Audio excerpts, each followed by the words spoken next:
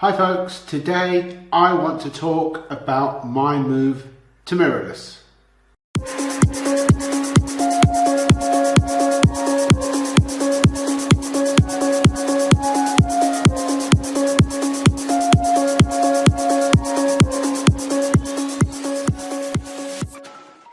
I've been a Nikon fanatic, for want of a better word, since 1981 when I bought my first Nikon FM, and I've been Nikon all the way since then.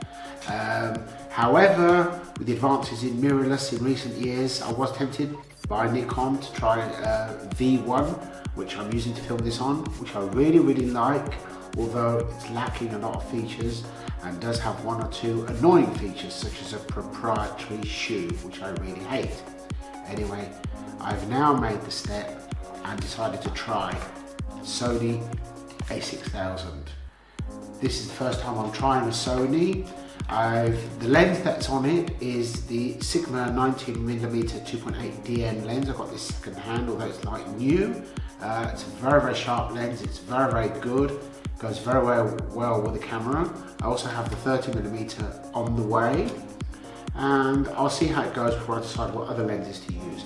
However, the other accessory that I bought with it in the first instance is actually a dumb adapter, which is this.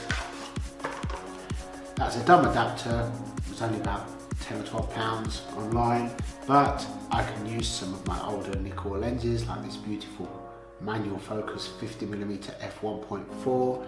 It literally goes straight into the adapter here, clicks in, and then it can just go straight onto the a6000.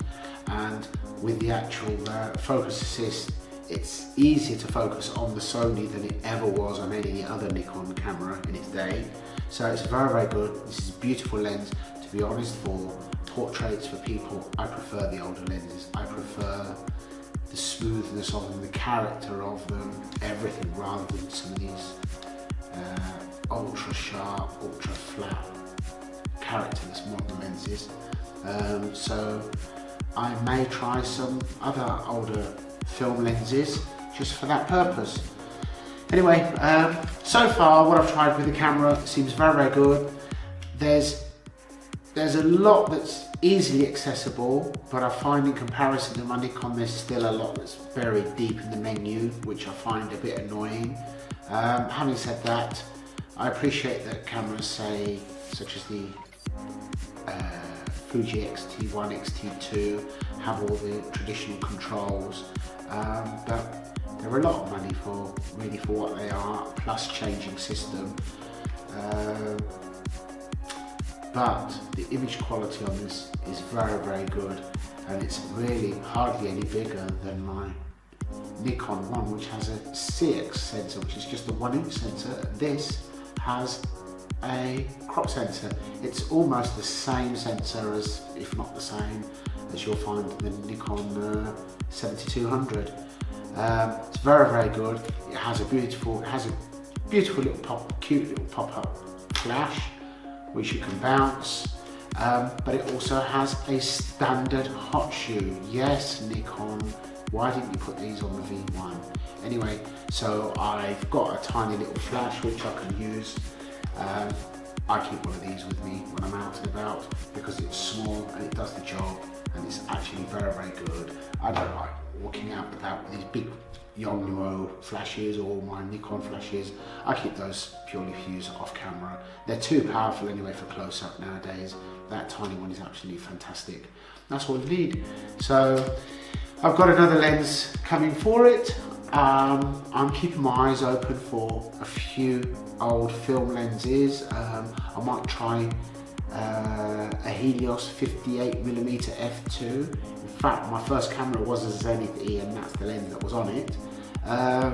It's not a brilliant lens, but it's just character with a weird bokeh, swirly bokeh. For what they cost, they're worth buying for artistic effect. Obviously, if you want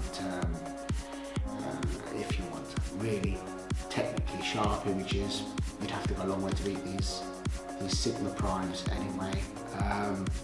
I think I would stick to primes with this, because I'm not very keen on these really slow kit zooms, and the two zooms that are available for this that are not 3.5, 5.6, they're f4 and they're sort of £600–700. I don't think they're worth it. So I'll be sticking with primes for this. Having tried it, holding it, I don't think I would want to be using this camera with a big 2.8 zoom, and certainly not an 70 or 80–200 zoom. It just wouldn't be comfortable.